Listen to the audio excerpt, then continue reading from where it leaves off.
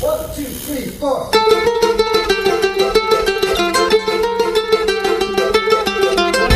morning, everyone. Hi, everyone. This is Jewish Talk coming to you live from Nassau Community College on 90.3 WHPC, also streaming live on the iHeart and the iTunes apps.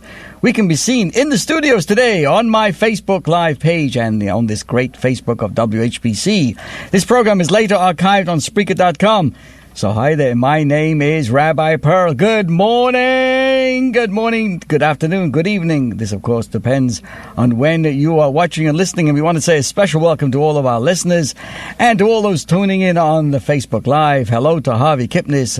Best wishes to everybody for a good, sweet, good year, right? We're just a few days now for Yom Kippur. And everybody's getting excited, preparing themselves to be in the synagogue. And if you have not designated your own synagogue for this Yom Kippur, please feel free to join us at Al Chabad in Mineola. And we will look forward to greeting you. And so welcome to Harvey, to Jean, to Greta. Good morning to Jonathan Wolf. And this, of course, one of our listeners, one of our watchers, one of our wonderful, dedicated supporters and friends is Jonathan Wolf. And today is the bris of his grandchild. And we want to say mazel tov to you, Jonathan, and to your entire family and everybody. You know, in our synagogue in Chabad of Mineola, we started the new year with the birth of a little baby boy at NYU Winthrop. The father was in our synagogue. So we had the announcement of the birth of a little baby boy on Rosh Hashanah. We also announced the upcoming engagements of some of our members' children to the Breakstone family.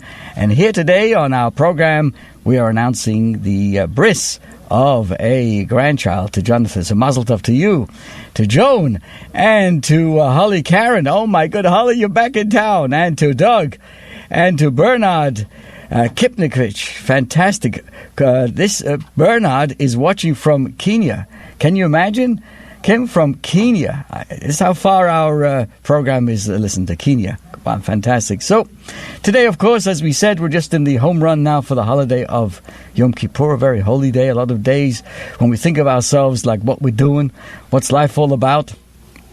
And I thought it would be appropriate for us to talk about something which may not be so comfortable, because, comfort zone, a person finds themselves in a comfort zone, it can create apathy. And many times we can forget the importance and the beauty of what the prices our grandparents pay to keep their Jewish traditions, to keep Sabbath, for example. The sacrifices that our own grandparents and great-grandparents made never to forsake our eternal heritage. See, for them, there was no options. So today I'm going to talk a little about Shabbat and how it played a role and how it's really the oxygen of the past and the present and the future. Yesterday was the Sabbath between Rosh Hashanah and Yom Kippur. And why that may not be recognized as something special, it really is, because the days between Rosh Hashanah and Yom Kippur are 7 days. You have 2 days Rosh Hashanah, 1 day Yom Kippur, and 7 days in between. And each day is to celebrate, is to reflect on the past Sundays and the Mondays, the 7 days of the past year. So yesterday we had occasion, of course, on the Shabbat to think about all the Shabbats of the past year and what we can do to increase our appreciation of the Shabbat in the coming year. So let's, first let me tell you something. People often ask me, Rabbi, you're religious. Do you really have anything to eat? Like a Jewish friend of mine said, who grew up in a home that served shrimp, bacon, ham, lobster, cheeseburgers. He recently asked me, isn't it difficult being an observant Jew? I mean, I told him, listen, it's easy. I don't shave. I don't have to worry about aftershave lotion and spending a half an hour shaving. But seriously, isn't it hard to keep kosher? There's so many rules, so many things you can't eat. What do you eat? I thought about that and I smiled to myself. I saw myself picturing on my recent walk down 13th Avenue in Borough Park in Brooklyn. And I turned to my friend and I said, tell me, Gabe, have you ever seen an emaciated chassid? Have you ever seen a religious Jew that was starving? You'd probably be hard to press to find an observant Jew that wasn't struggling with his weight. And I went on to describe to him my last visit to 13th Avenue in Brooklyn. Every other store, this of course applies to Crown Heights as well, every other store is an eatery. Even the hardware stores sell food. Some stores specialize in takeout. Others are sit-down. Some are meat. Others are dairy. Others are a power of. You have stores specializing in hunger. Now, ladies and gentlemen, if you really want to have a good time now, thinking and preparing for Yom Kippur, write this down, what's available in the kosher restaurants right now. You can get, you got your pen and your paper ready? How long do I need to wait until you write it down? Here we go. You can get Hungarian goulash, Israeli falafel, Mexican tacos, Moroccan kebabs, French bistros, Japanese sushi, Yemenite soups, Farsi rice, Turkish teas, Iraqi sabish, Tunisian shakshuka, Spanish tapas or tapas, German pretzels, Russian borscht, Polish pastries, Italian pastas, Greek yogurts, Brazilian barbecue, South African biltongs, Australian meat pies, and of course, hey, my favorite American hot dogs. My friends, that's all just on one block. If you go a block over, you now have the supermarkets, bigger than some of the Israeli towns, with deli counters, Hamisha bakeries, butcher sections more diverse than the entire United Nations, and with more offerings than Amazon. So give me a break, Gabe. Is keeping kosher today a challenge? Yes, it's a massive challenge choosing what to eat, and even greater challenge trying to stay skinny. So today, thank heaven, it's easy to be who we are.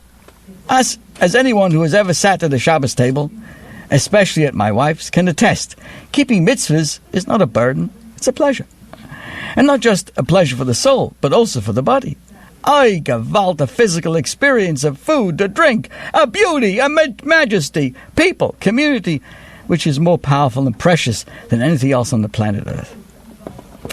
So that's my point today. We are blessed with an unprecedented freedom.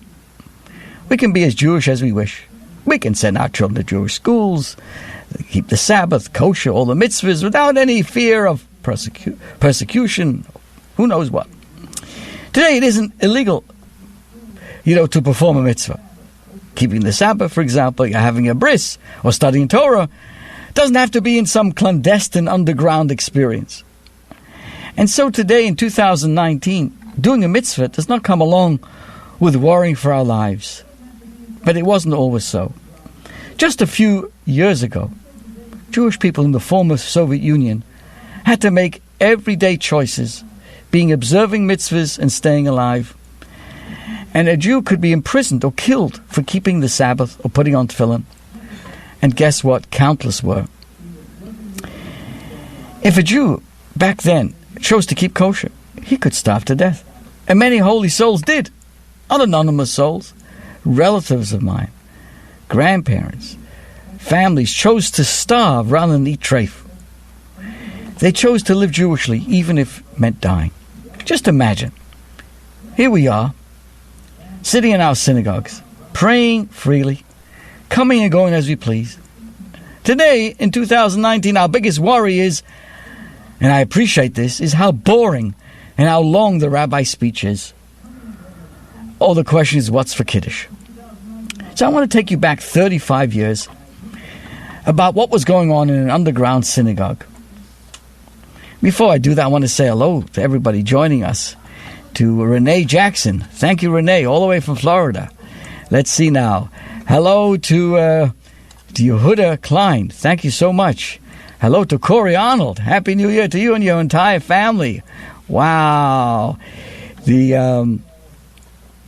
This is, I think Isa Klein is now watching from Williamsburg. I've heard of that place. Let's say hello to Marvin Wertzman. Wow, thank you so much. And everybody watching us and listening. If you have anything, comment to say, please feel free to join. And we're discussing how we must not take for granted the freedoms that we have. Everybody. Now, in 1984, just 35 years ago, Jewish people sat in underground synagogues, hidden by false fronts, trapdoors, praying the same prayers and listening to the same Torah. Only no one banged on the bima. Why would they bang on the bima? lest it be mistaken for a bang on the door by the KGB, the Soviet secret police. No one shouted out loud the Shema Yisrael, lest someone on the street would hear it. No one worried about how many types of herring were going to be at the Kiddush. They were worried about staying alive.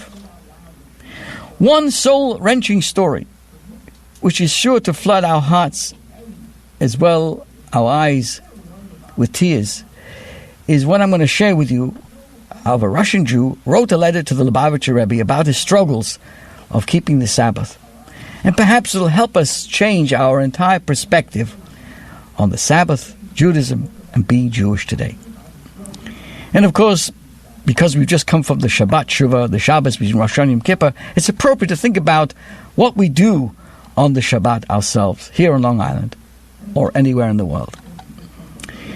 Now, 1984 is a code word for socialism, named after the book 1984 by George Orwell.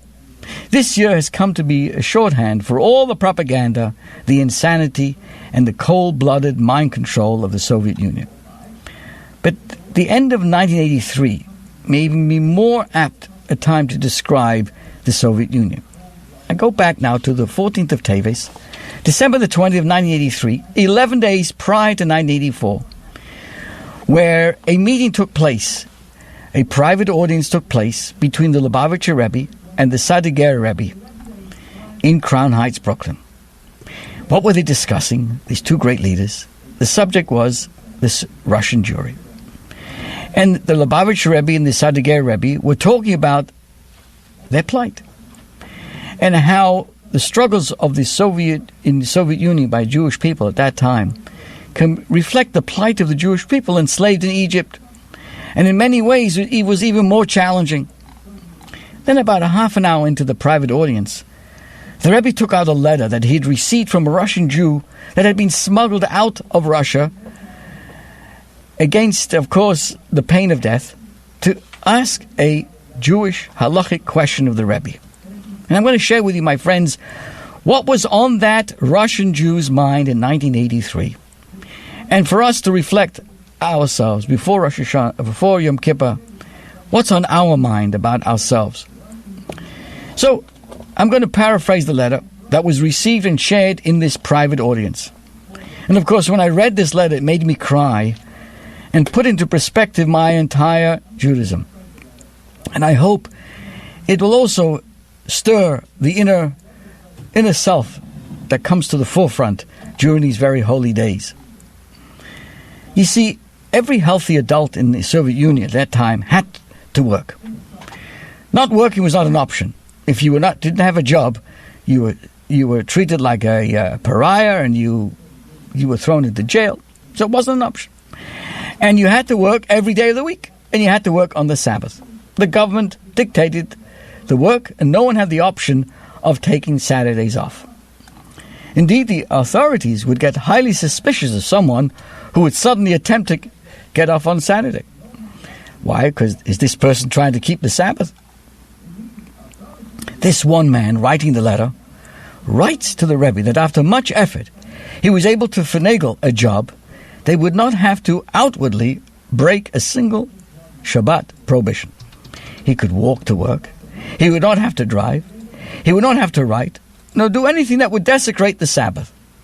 So to all outward appearances, it would seem like he was working on the Sabbath. But inwardly and in reality, he would keep the Sabbath completely. Okay? This is what he did. And he's writing to the Rebbe. Now he turns to the Rebbe in this letter with a halachic question. He's looking for a Jewish law decision. What was the problem? You see, listen to this, my friends. According to Jewish law, wine is holy, sacramental libation, as attested by the fact that unlike any other fruit, it has its own blessing. Right? You take an apple and you make a H, you make a particular blessing. If you crush it into apple juice, it gets a downgrade, it gets a general blessing, shahakol. But when you eat grapes, it's barei prioetz. When you crush it into wine, it gets an upgrade, and it has its own special blessing called hagafen. So wine is very special. That's why a chassan and kala, a bride and bridegroom, from the moment they're under the chuppah, they're drinking wine. And then, of course, as we observe the 7 days, the Sheva Brachas, every single day for 7 days, they're sipping on wine. Wine is very holy. Wine, therefore, must be handled, because of its holiness, typically by a Sabbath-observing Jew, and one who looks and acts like a Sabbath observer for all to see. Not only is, but has to be that way. Otherwise, the wine is referred to as Yain Nesach and cannot be used for Kiddush. That is why, in order to overcome that problem, we're careful to have what is known as Yain Mevushal, pasteurized wine. So here's the Russian Jew asking the Rebbe the following question.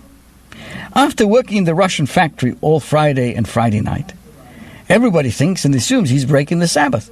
It appears to others he's not a Sabbath-observing person, even though he actually did not break a single law or perform any of the 39 malachas. So after he comes home late Friday night from work, here is his halachic dilemma. Here's his dilemma of Jewish law. How should he make the Kiddush? Should he make Kiddush on wine, which would be deemed Yain Nesach, because though he didn't break any Sabbath laws, everyone thinks and perceives that he did? Or should he make the Kiddush on Challah? So he doesn't have that problem.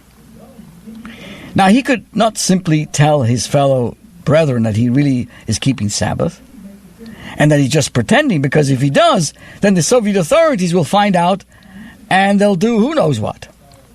You get the gist here, my friends? This is what's on this mind. Can you imagine such a question? The Rebbe turns to the Sadiger Rebbe.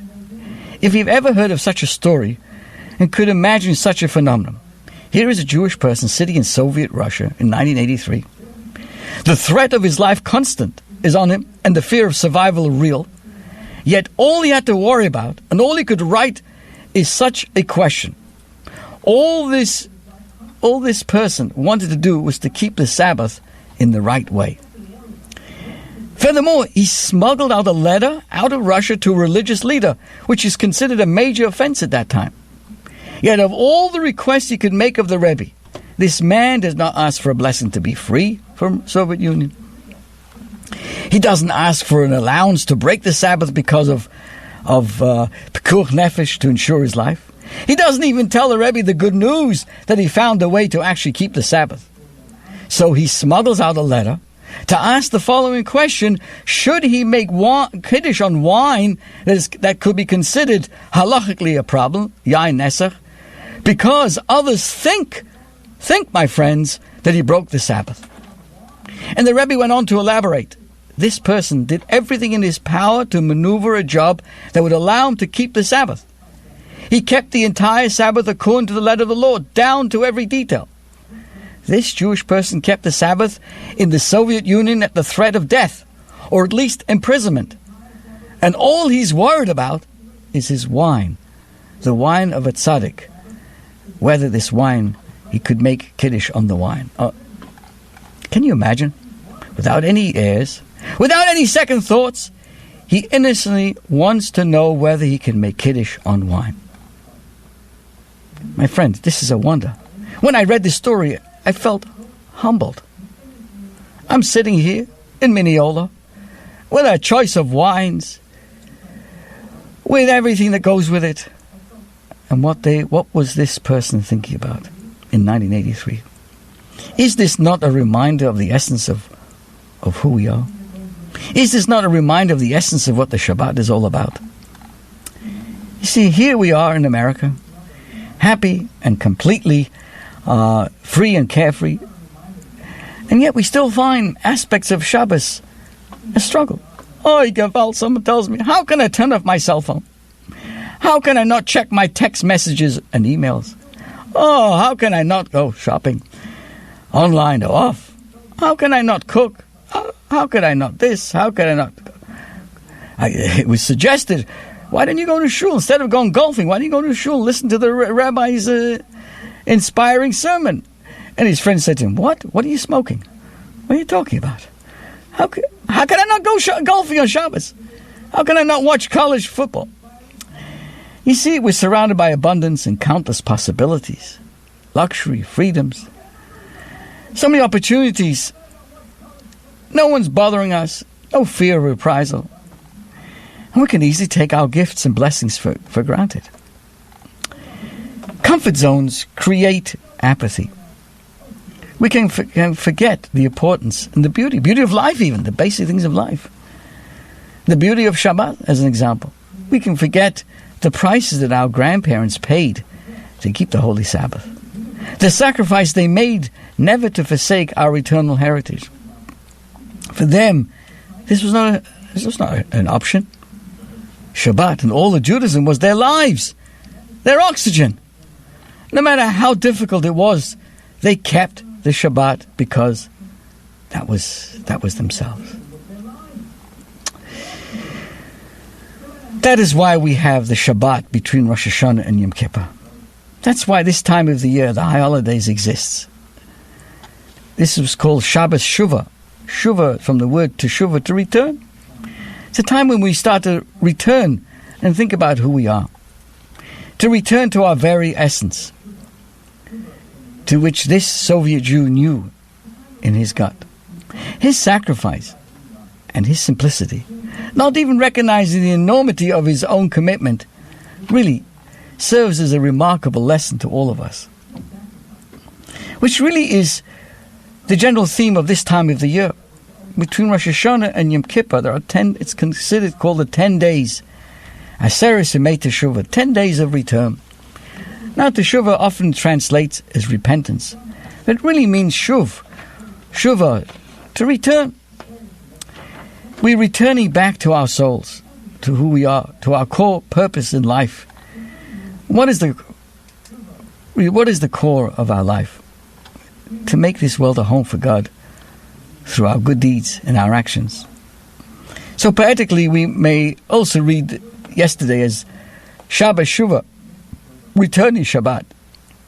In addition to the Shabbat of return, Shabbat Shuvah returns us to the heart and the soul of what Shabbat is for us, as exemplified by the story I just told you of the Soviet in Russia and Soviet Union back in 1983.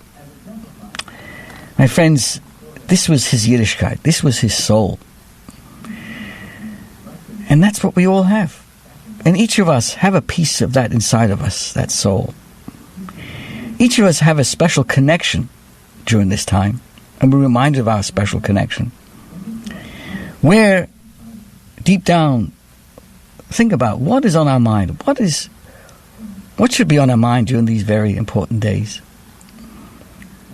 Think about it.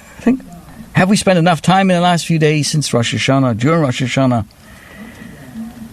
Or are we just going through the motions? It was an interesting question that was asked in our synagogue.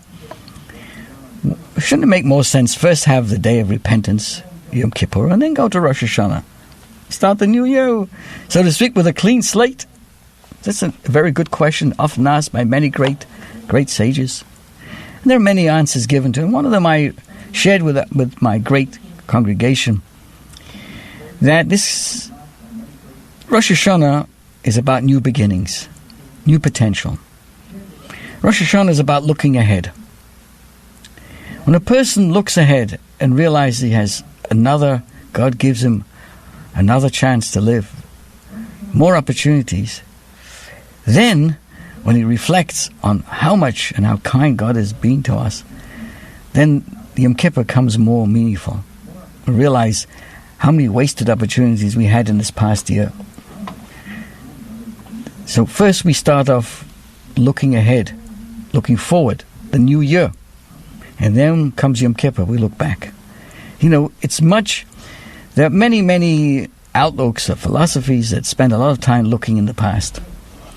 And sadly, I must say, if you spend too much thinking about the past, you get stuck in the past. And you can never get out of that.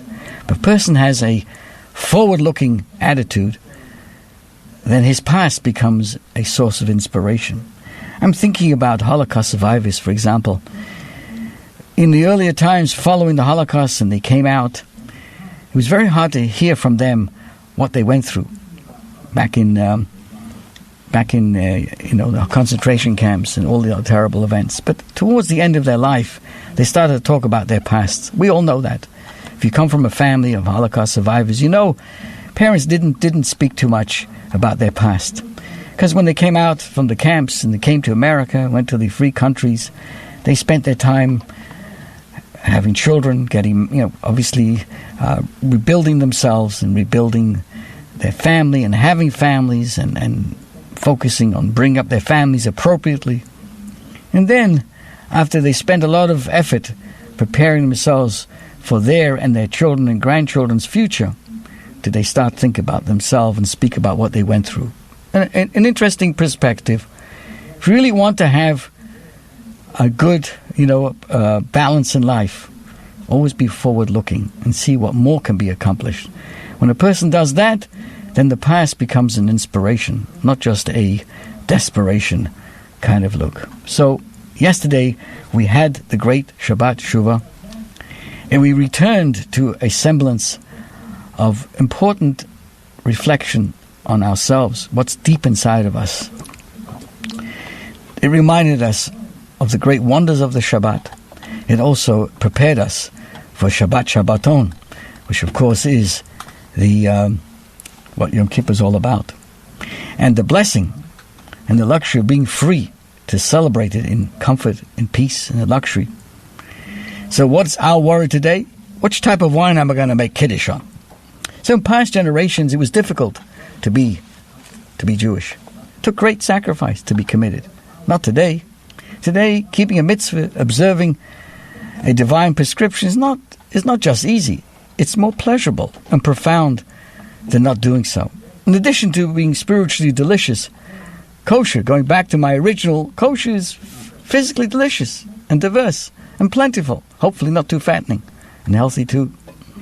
In addition to be spiritually elevating, I find Shabbat to be physically elevating and peaceful and therapeutic. No digital, no social media, no email, no distractions from who I am, what's important, what's eternal. A gift far above, it's really a gift from Hashem to spend more quality time with my children, my family, and the wonderful people in our congregation. So, the story I told you of the Jew in the Soviet Union reminds us of the essence, how we can go forward in life without the trials, without the tribulations that he had to go through.